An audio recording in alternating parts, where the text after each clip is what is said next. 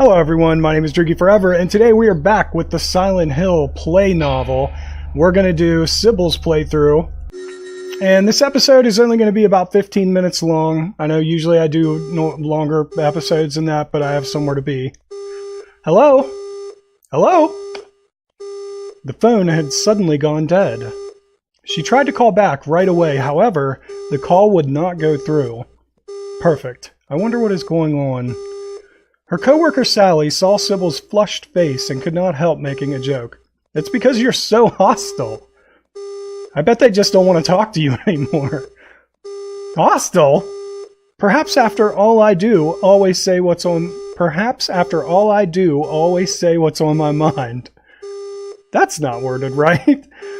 Saying this, Cybill smiled. The peaceful town of Brahms. The population is small, and perhaps for this reason, there has not been an incident worth calling an incident for several years. As for the officers on the night shift, they generally pass the time by staring at newspaper clippings, or chatting with colleagues at other departments. Even now, with nothing notable appearing in the local news, Cybill was just having a meaningless conversation about this and that with a friend in the Silent Hill Police Department. But then suddenly, the line had gone dead. And they had not called back. The call won't go through. Maybe this is happening because someone is trying to tell you not to waste all your time chatting. How about settling down and taking your feet off the desk? Cybill does not care for Sally's big sister-like attitude. Cybill calls the Silent Hill police station one more time. Odd, Cybill thought. It seems as if this might be the result of the telephone lines having been severed or something. Cybill leaps from her chair, causing it to spin, reaches for the helmet on top of a locker, and with it in hand, prepares to leave the room. Wait! Just where do you think you're going at this hour? Sally has a look of "you have got to be kidding" on her face, and then she absent-mindedly allows the coffee cup she was holding in her right hand to fall to the floor. Ah, hot! You can take care of that yourself. Cybill mumbles this in her head, and in the next moment ran out of the room. I'm sorry, you guys can probably hear my dogs. I sincerely apologize. Cybill straddles the motorcycle in the garage, inserts the key, and revs the engine. The sound of the exhaust resonates in the small space. She pulls out onto the road and increases her speed as she is bathed from head to toe in the uncomfortably warm wind. Starlight falls upon her from the clear starlit sky. It doesn't look like the weather could have caused the problem with the phone lines. Cybill tightly holds onto the handlebars and continues to increase her speed. At this hour, there should not be any other cars heading to Silent Hill. The road has been lit in front and behind only by street lamps since she reached this mountain road, and there is no sign of anyone in the area. However, after a while, she was able to see the taillights of a vehicle swaying far off in the darkness in front of her. There is a cliff on one side of the road. Whether they realize that or not, the vehicle is heading toward the same destination as Cybill at high speed.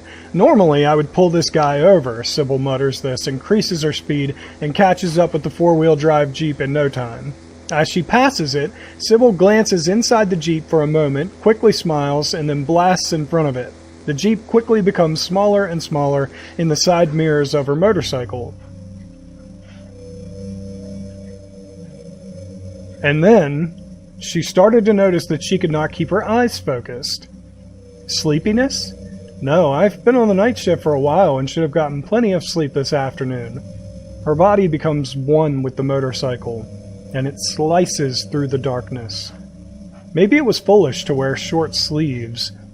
Although it was rather warm when Cybill left the station, now her skin feels so cold that it is like the cold is cutting into her.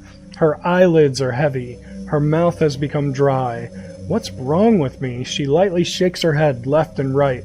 Against her will, her right hand turns the grip that will cause her to accelerate. The needle is buried and madly shakes back and forth. Cybill then stared straight forward. But it was already too late. In the middle of the road, a girl stood with her arms raised to shield her from the light.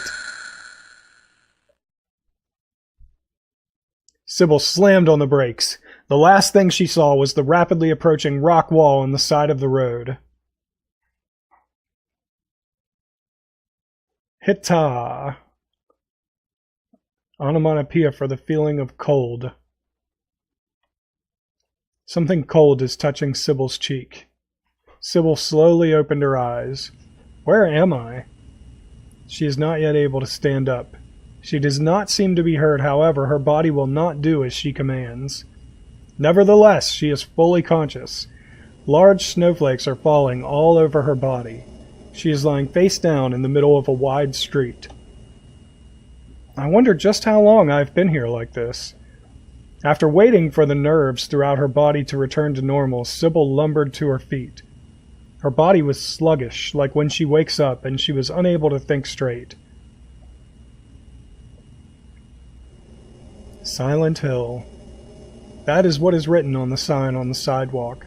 In addition to the out-of-season snow, the area is enveloped in thick fog, which generally makes her destination look differently than it normally would.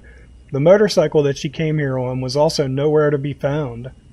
With nothing else to do, she decided to rest in the cafe facing the street. The inside of the cafe is dead silent. She does not see any customers or employees. This destroys her hopes of getting something warm to drink, so she lets out a sigh. First, I must get in contact with the other officers back in Brahms. Cybill picks up the receiver from the phone on the corner of the counter, but not a single sound can be heard from the speaker. It seems like, somehow, the heavy snowfall, which could be called abnormal weather, has damaged the communication systems. There is no doubt that this is the reason why the call got cut off at the Brahms station. Cybill looks around the inside of the cafe. Ah, she gasps without thinking about it. She can see a man lying down on one of the long bench seats lined up along the windows. A customer? No, this place isn't open. She moves near him and looks down at his sleeping face. Hold on a second, guys. Izzy! Izzy! Hey! Stop that! You stop that. You guys are getting out of control up there. Behave. His face is twisting in agony as if he is having a frightening dream. Cybill hesitates. She wakes the man up. Cybill approaches the man and holds her arms out in a way that suggests that she is going to shake his shoulders. At that moment, the man woke up with a look of surprise on his face. He shook his body in a way to brush Cybill's hands away and then stared at her. Human? Are you human? Cybill makes an effort to compose herself and then sits down on a nearby chair. Of course I am. Were you having a bad dream or something? The man finally regains his composure as well, and then he adjusts his position on the bench seat. Sorry. I was attacked by mysterious monsters before I came here. Mysterious monsters? Yeah, it may have just been a dream. I think that it was real. It was all vague and unclear. Who are you? I'm Cybill Bennett. I'm a police officer in the neighboring town of Brahms. All communication with this town suddenly went dead, so I came here to investigate. Harry's expression changed slightly to one of relief. I should have said so sooner, but I'm Harry Mason. I'm a writer. I had decided to come here for my first vacation in a while. Harry shrugged his shoulders and looked at Cybill with a serious look on his face. But when I arrived here, I got separated from my daughter. She's a little girl, 7 years old, with black hair. Her name is Cheryl. You haven't seen her, have you? Sorry, but I haven't. I see. Just where did she go? She's not the type to just act on her own. When I came to, I was lying in the street in front of this cafe. As for how I got here, I don't remember at all. That sounds a lot like what happened to me. Well, anyway, Harry stands up and glances at the out-of-season snow that continues to fall. I've got to look for Cheryl. There is no way I can just leave her here alone. I see. Well, I'll give you this then. You never know what might happen under these circumstances. If you feel threatened, then pull the trigger without hesitating. She gives Harry a handgun loaded with live ammunition. But will you be alright? Harry asks worriedly. I'm not like the average girls around here. I have undergone the proper training. Cybill placed her hand on the exit door, but then she turned and faced Harry again. Harry, don't go shooting me by mistake or anything. I haven't had any training on how to stop bullets. She smiled after saying this, opened the door of the cafe, and then headed out into the thick fog. Cybill looks back and sees that the cafe has disappeared into the fog. Having lost her motorcycle, Cybill can only wander about on foot and alone in the eerie town. It's too quiet. There is no sense of anyone at all. I would like to hail a taxi or something, but there is not a single car running. At some point, Cybill had began to run. Above all, she must get out of Silent Hill. Alright guys, I'm sorry for the short episode, but that's going to be the end of this one. I hope you guys are enjoying Cybill's story. Hopefully we don't get her killed like we did Harry. Hopefully you watched the episode where Harry got killed so that I didn't just spoil that for you. If you like this episode, tell that like button you want to smash. And I will see you next time. You stay you, I'll stay me, Droogie forever. Thank you everybody so much for watching. Later!